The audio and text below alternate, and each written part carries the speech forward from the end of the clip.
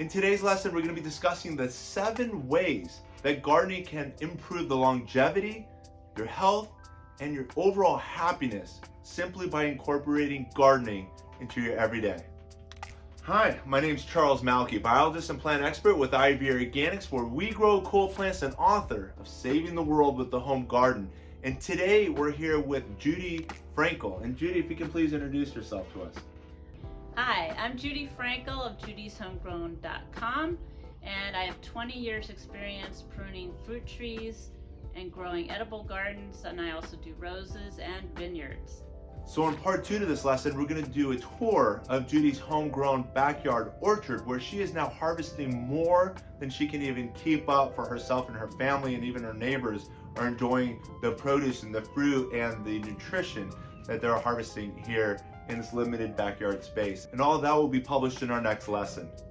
A quick disclaimer to be sure to consult with your physician before changing any of your medication or anything relating to your diet. But these 7 categories that we're going to now dig into are all substantiated by university studies and research, and all of those links will be incorporated into the video description below, so that any of these categories that you want to learn more about, you can quickly do so at your leisure. I hope you enjoy this one. So Judy's going to lead the way now with the 7 categories, and we've both done some research as well with each of these points. And Judy, what do you want to lead the way with? Happiness. The most important thing in life to keep you going is movement. And if you're in the garden, you're automatically moving, but it also has a very uplifting response. Happiness, when you feel happy, you have a reduction of stress and anxiety, and those psychological benefits will improve cognitive functioning, increase your life satisfaction, your mood, and overall quality of life. So happiness is key. The second important aspect of gardening is that it gives you a purpose in life. A lot of people who feel like they're doing something in the garden, growing food, for example, it reaches into something deep within you that gives you a sense that your life has meaning, that you're not just going through the motions, that you're teaching someone else, or you're giving someone else food, or you're giving someone else pleasure, or you're giving yourself those pleasures. So having a purpose in life is essential, and I feel like my purpose in life is to teach people how to grow food. That's a key element of why I'm here. So I just want to add to lessons number 1 and 2. Category 1 is happiness, and category 2 is having meaning and purpose, correct? Right. And with that, that reminded me of something I learned in my years in college, as well as I think going even back into high school, where we learned about the Maslow hierarchy of needs. And I'm going to share this pyramid on your screen, where it basically starts off talking about the basic necessities of life. And the very bottom of the pyramid of achieving ultimate happiness in one's life is making sure that you've got the basic necessities, being, and help me if I missed one of these, but shelter and food and oxygen. I'm actually going to cheat over here. It includes warmth, rest, which I know is an important category we're coming to later on as well. But these are basic physiological needs. And then as you work your way up, another thing that's really important, your safety and your security. So making sure that you're safe within the boundaries and the walls of your home, because a lot of people around the world don't have that safety and security even in their own homes. And then as we work our way up the pyramid, then there's belongingness and love. And then as you work your way up, then there's the esteem, prestige, feeling of accomplishment. As you mentioned, you love teaching, and I love teaching, and that brings us a lot of satisfaction. And then as you work your way up to the very top, it's self-actualization, and that's achieving one's full potential, including creativity and activities. And for me, I feel like we've both achieved the very top of the pyramid with our gardens as part of reaching the pinnacle of one's value is also having time to do art. And gardening is truly an art when you decide where you're going to plant that tree, where you're going to put that vine. You're not going to put the vine in the middle of your yard. You're going to put it alongside of a fence where it can climb up and add color or scent or food, depending on what that vine's going to do, and add value to your life and your property. And that's all just part of this pyramid of well-being, can all be achieved with a home garden. So Judy, what would category 3 be of overall health with gardening? With gardening, you get stronger, and it's been proven that people with a stronger grip strength have longer lives. So if the stronger your grip is, the greater chance you're going to live a long, long life. There's tons of studies that show grip strength is positively associated with longevity. So for me, it means every time I go around pruning, and when I'm cutting that really tough branch, I'm also exercising my grip strength. And the other type of strength is squat strength. That's been correlated highly with longevity. And I want to be able to show you how deep of a squat I can do, and how I'm 60 years old and I'm getting up and down every day multiple times from that deep squat. So I know when we're talking about strength, and you're talking about grip strength, and having been trained as a swimmer throughout high school and my college years, swimmers also incorporate a lot of also weightlifting training into their swimming. And even though you don't want to build too much muscle and you want to stretch out your muscles and build endurance and so forth, there's a lot of research, and even back then that I wasn't even aware of, that with your strength training and putting that time into the weight room, you're actually improving your entire cardiovascular system and strengthening the power of your heart and all of the arteries and vessels within your body, something you cannot get exclusively from just doing cardio in a pool, or if you're on an elliptical or a treadmill or walking up and down your neighborhood. There's a lot of value in, as Judy mentions, grip strength, and what was the other one too? Squatting strength. Squat strength. Or leg muscle strength. And that led me to this article, which is published by the Harvard Health Medical School, and it's titled, "Can Stronger Muscles Pump Your Heart Health?" And it talks about how strength training may be just as good as aerobic activity for reducing cardiovascular risk. This article goes on to read, it says, "Many people don't realize that targeted exercise to strengthen your muscles throughout your body may also help stave off heart disease." And this is quoting Dr. Ai-Min Lee, a professor of medicine at Harvard Medical School, where he said muscle mass declines naturally with age, and most people replace lost muscle with fat. So muscle building exercises can help counteract that trend.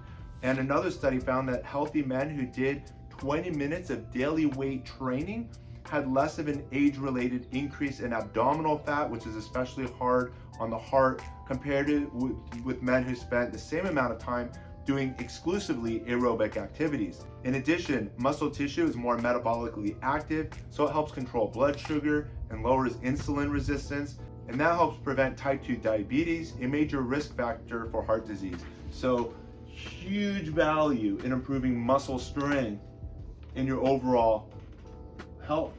And you can get that, oh, by the way, just digging dirt. So you don't even have to be thinking of it as weight training. Although a trip to the gym 3 times a week isn't bad. And I've been doing strength training since I was 20 years old. So I have to admit, I'm not your typical 60-year-old.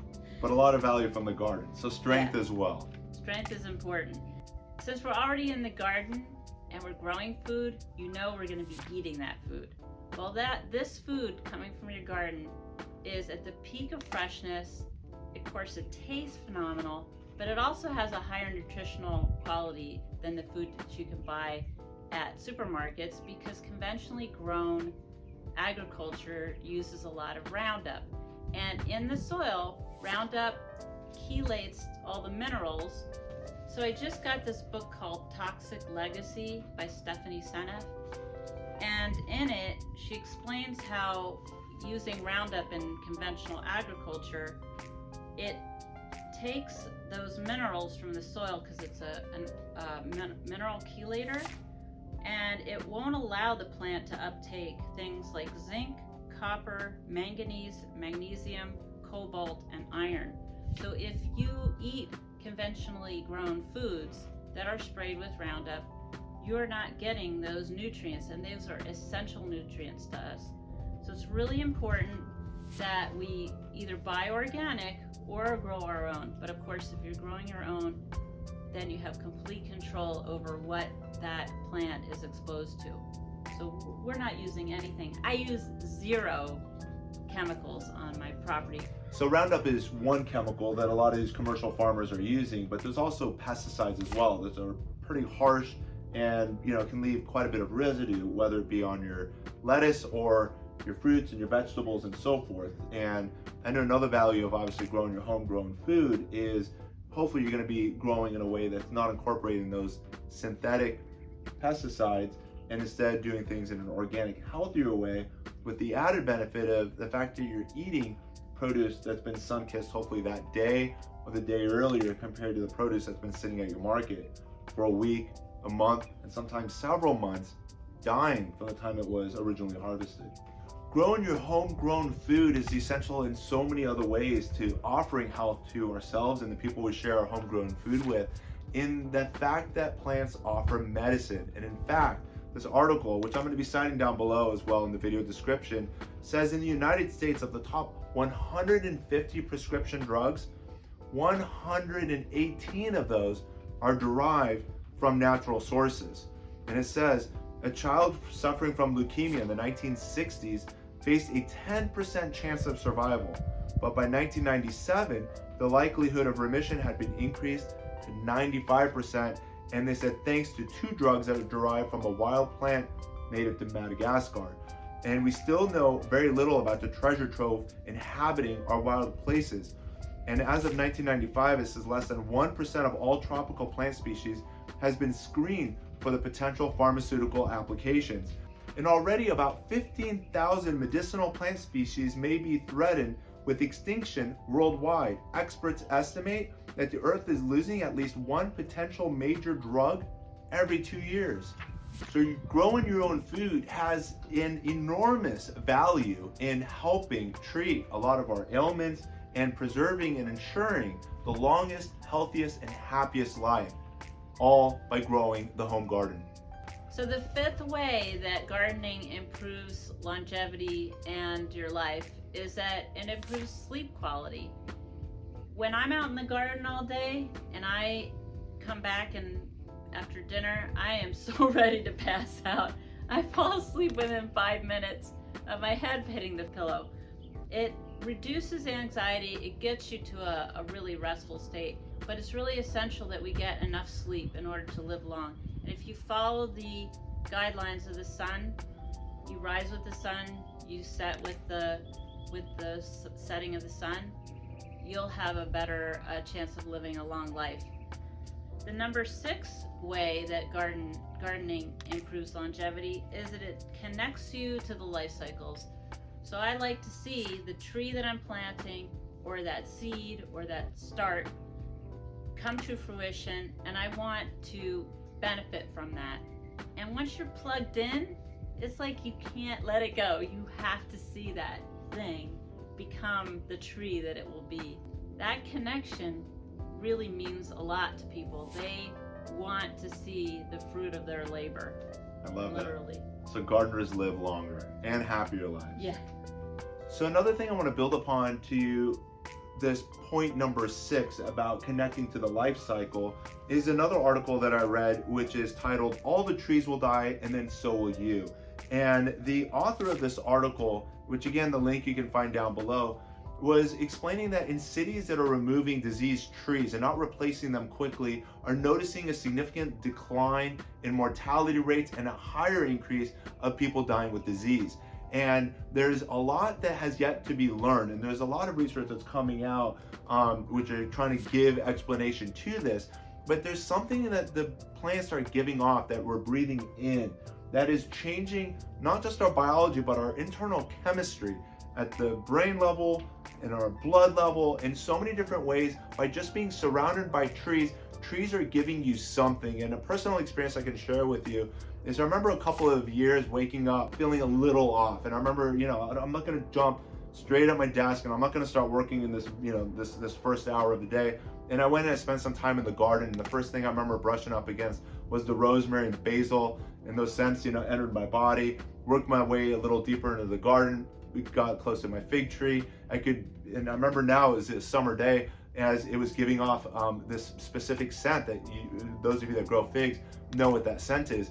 And there's a smell that comes off the fig, and all of a sudden, I'm looking at the fruit on the fig tree, and all of a sudden I'm happy. And it's like, how and why is this happening? I woke up, I didn't talk to anybody, I didn't see anybody, and I'm just like passing through my garden, and all of a sudden my entire mood is changing, and I know that this is going to be a good day. And in fact, it was a good day, and I remember that day until now, and this was, just like such a positive, happy, euphoric experience that happened in just a matter of minutes by visiting the garden. And I know there's a lot yet to be learned about how do plants improve health, where you're probably going to wake up in a bad mood and then enjoy a whole day miserable when you could have fixed it if you just like passed by a tree. How is this happening? I know you have maybe some answers. Well, that leads us perfectly into number 7, in that going outside has incredible benefits, not the least of which is vitamin D.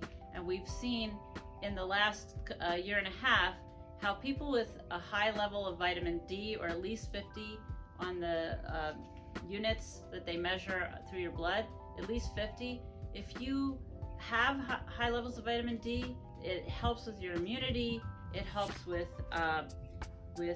your brain function.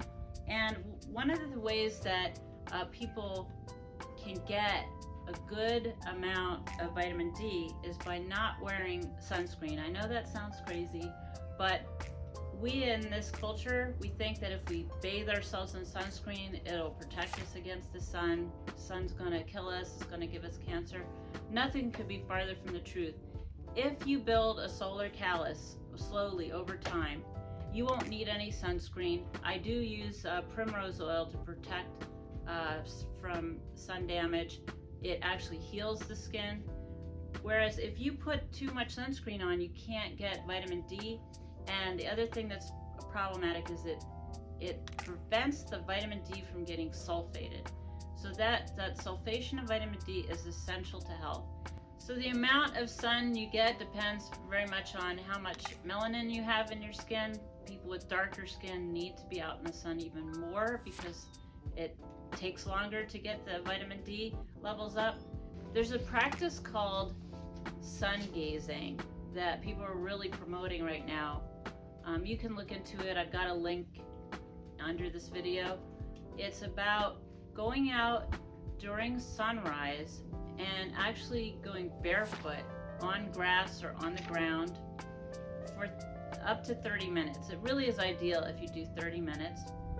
And the same thing at sunset, 30 minutes before the sun sets. If you go out and you watch that sun lower, you won't get the UV into your eyes that's damaging, but you will get a circadian rhythm setting to your body, and it slows you down. It actually thins your blood out, so it's not as clumpy, and it has other health benefits. For example, it charges your mitochondria. It allows the vitamin D into your brain through your eyes and increases your energy. It's done properly aligned. It realigns the circadian rhythm, produces feel-good neurochemicals, improves sleep, activates the pineal gland, and can even regenerate vision.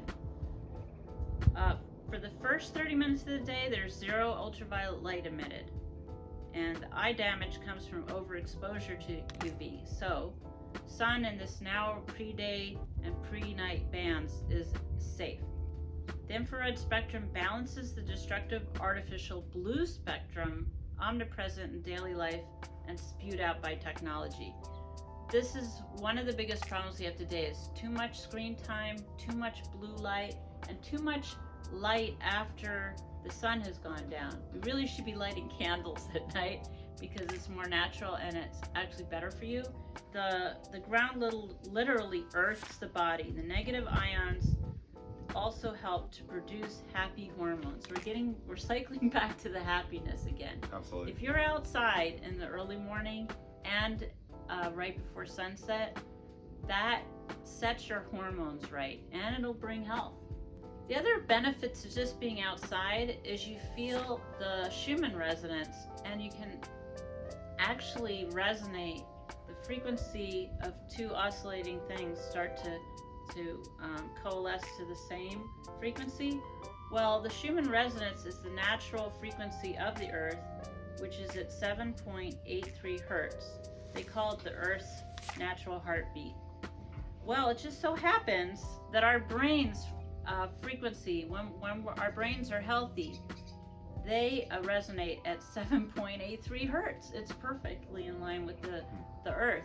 So when you spend time outside, you get this feeling of relaxation, a dreamy, almost sleepy state, and cell regeneration and healing happens at that frequency. So being outside has all these excellent benefits. If you know what I mean, when you come in after a long day of gardening and you're relaxed, there's really nothing better. There is no drug that can give you that feeling, because it's that Schumann resonance. You're resonating with the Earth's resonance, and that's where your brain is at its healthiest. That's where it regenerates best.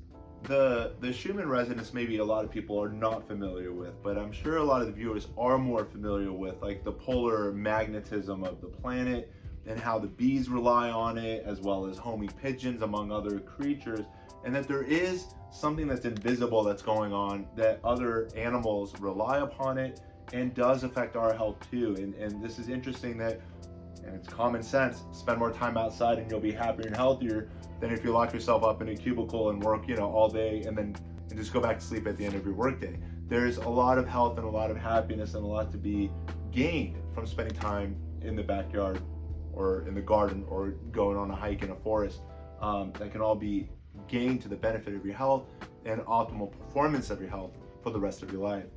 The other important thing I want to share with you that I learned in an article, again published by Harvard University, is that vitamin D is not necessarily a vitamin that you can consume and benefit from. There are foods that are higher in vitamin D than other foods, and those include fish as well as egg yolks. But, and I'm reading directly from the article, it says that vitamin D is firmly enshrined as one of those 4 fat-soluble vitamins that is not technically a vitamin. Again, because a lot of the other vitamins like vitamin C you can typically get from an orange or even from eating your greens. But vitamin D, it says it's essential for health and only minuscule amounts are required, but it breaks the other rules for vitamins because it's produced in the human body and it's absent from all natural foods except from fish and egg yolks, which even when they're consumed, they must be transformed by the body before it can do any good. And again, that whole transformation begins with the sun. The sun. And hence it's important to make sure you get some sun. And again, as Judy explained, depending on your skin type, depending on your age, you got to also understand, what is the required number of minutes that you should, allow your sun to go unprotected and allow your body to, take in the benefits of the sun before there's any damage. And there's also timing of the day, again, as Judy explained, that if you go early enough in the day or late enough in the day, the risk of the harm's rays is significantly diminished. So there is a better time for also obtaining the maximum benefits of vitamin D from just being outside. But this book kind of blew my mind. The woman who wrote this, Diana Beresford Kroger, she's a specialist in trees. She wrote To Speak for the Trees, My Life's Journey from Ancient Celtic Wisdom to a Healing Vision of the Forest. And I listened to her being interviewed by Derek Jensen once, and she said, if you just walk through a pine forest, you can heal prostate cancer. And if you're a woman who has breast cancer or wants to avoid it, if you just walk through a black walnut forest area, the trees put out these compounds that are aerosolized.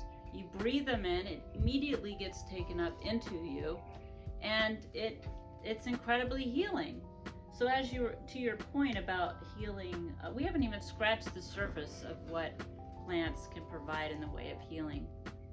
Absolutely. Changes our biology, changes our chemistry, Makes us live longer. and all for the better.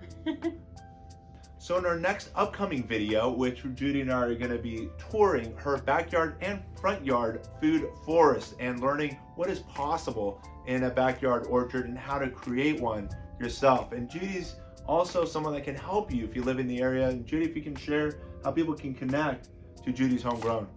Just go to judyshomegrown.com. You don't need the apostrophe, and there's a contact page.